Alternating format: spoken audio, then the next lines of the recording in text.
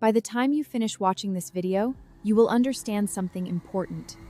The most dangerous person in any room is never the one who is screaming. It is the one who has already planned exactly how the night ends. I planned a dinner, 16 people, good food, good lighting, and a slideshow they never saw coming. They walked into that house thinking they were safe. They had no idea I had built the whole thing around them. If you haven't watched part 1 yet, go watch it first. The link is in the description. For those of you who have, when we left off, I had just made a decision. I was going to watch and wait for the perfect moment. This is part 2. And this is where everything falls apart. For them. Camille noticed the change in me first. "You seem different," she told me one afternoon, studying me with that careful look she had. Like, good different, but different. "I've just been feeling really good lately," I said, and smiled at her with every single muscle in my face. Marcus noticed second. He started being more attentive, more present, texting faster, reaching for my hand more. I let him. I even leaned into it, because the more comfortable they both felt, the more careless they'd become. And careless people leave evidence. Over the next 3 weeks, I collected everything I needed. It wasn't hard once I knew what to look for. Camille had a habit of leaving her phone unlocked on surfaces when she was distracted. Marcus still had no idea I'd seen his messages. He thought he was careful, but he was careful in the way that people are when they think they're smarter than they are. I took screenshots. I documented patterns. I found the playlist Marcus had made that he'd called for driving, but that Camille had liked in October. The same week they'd gone to a lake town 2 hours away separately. He told me he was visiting his cousin. She told me she needed a mental health weekend alone. Together. They had been together. The final piece fell into place at Jordan's party. The same party, almost a year later, where I'd watched Camille shake Marcus's hand and felt relieved. I told Marcus the party started at 8. It actually started at 7. I told Camille I was running late and she should just go ahead. Then I drove there at 7:15 and sat in my car and watched. They arrived together, Marcus's car, both of them. They stood in the driveway talking, and I watched from my car and felt absolutely nothing. Which terrified me and also made me feel powerful in a way I'd never experienced. I got out of my car. I walked up the driveway. And when they turned and saw me, both of them, simultaneously, I watched their faces do something complicated and involuntary. "You're early," Camille said. "Plans changed," I said, and walked past both of them into the house. I had everything I needed. 2 weeks later, I planned a celebration dinner at my house, 16 people, my closest circle. I told everyone it was to celebrate getting into the honors program, which was true, and which felt appropriate because what I was really celebrating was clarity. I'd spent 3 days preparing. I created a slideshow. Not dramatic, not hateful, just factual. Screenshots, dates, a photo from Camille's camera roll from the lake trip, just scenery, but geotagged and timed to the exact afternoon Marcus said he was at his cousin's. And a recording from a voice memo app, capturing a conversation they'd had in the hallway when they thought nobody was listening. "She still doesn't know. Keep it that way." I made pasta. I set the table nicely. I laughed at jokes. I watched Camille helping herself to bread and felt something that wasn't quite sadness and wasn't quite anger. Just a long, tired recognition. After dinner, I said I wanted to share something. I connected my laptop to the TV. I said I'd put together a little memory video for everyone. I pressed play. The first few slides were real memories. Photos of all of us together, funny moments, good times. I heard people act. I watched Camille's face relax. I watched Marcus put his arm around the back of my chair. And then the tone changed. The screenshot appeared.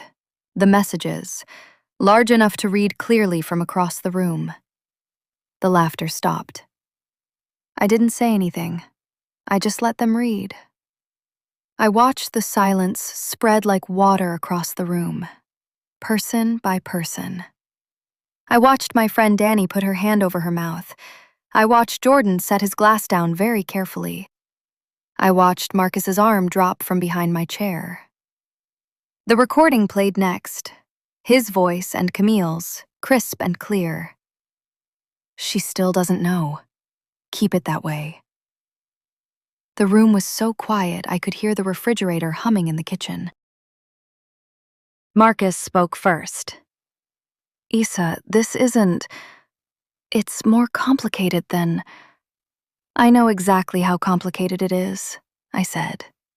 My voice was even, almost gentle. I've known for 6 weeks. Camille had gone completely white. Isabel. I don't want your apology, I said. I want you to understand that I'm not upset. I'm not angry. I'm just done. And then Camille did something I hadn't expected. She started crying. Real tears, not the beautiful, strategic ones. And she said something that silenced the whole room more effectively than anything I'd shown them. It was never about him. The room went still in a different way. What? Marcus said. Camille was shaking, not performing, actually shaking. I don't love you, she said to him. I never loved you. I'm sorry. I'm so sorry, but I need to say this. She looked at me. It was always about you. I have spent 5 years watching people look at you, watching you walk into rooms and everything just shift. You don't even notice it. You've never noticed it. And I was right there, always right there next to you, and I was just the other one, the funny one, the loud one. She exhaled. When I saw how much Marcus loved you, I didn't want him. I just couldn't stand that you had something I didn't. Something perfect. Again. The silence was absolute. So you destroyed it, I said quietly. Not to have him. Just to make sure I didn't. She didn't answer. She didn't have to. I looked at Camille Ortega. Really looked at her, maybe for the first time. And I felt something unexpected move through me. Not forgiveness, not anger.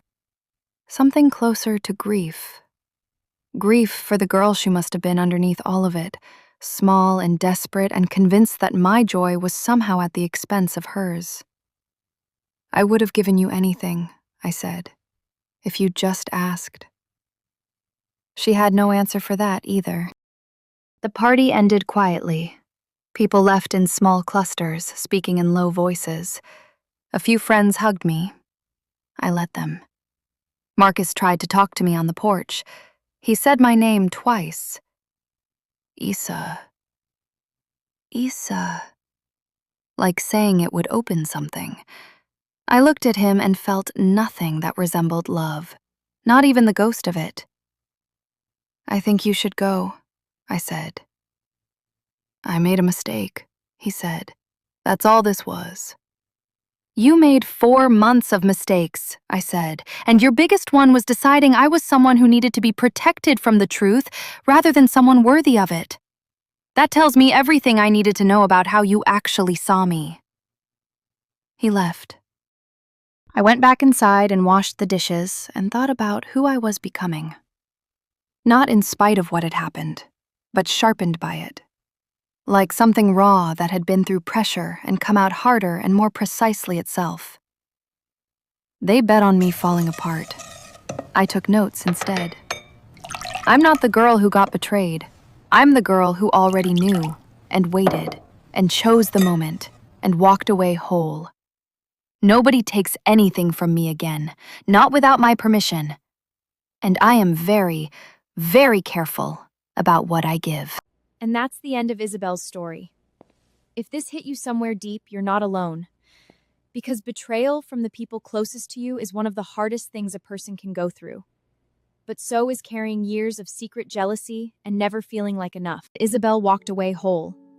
And if you're going through something similar, I hope you do too.